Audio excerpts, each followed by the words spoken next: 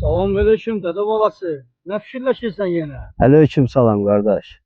Nə fikirləşəcəm?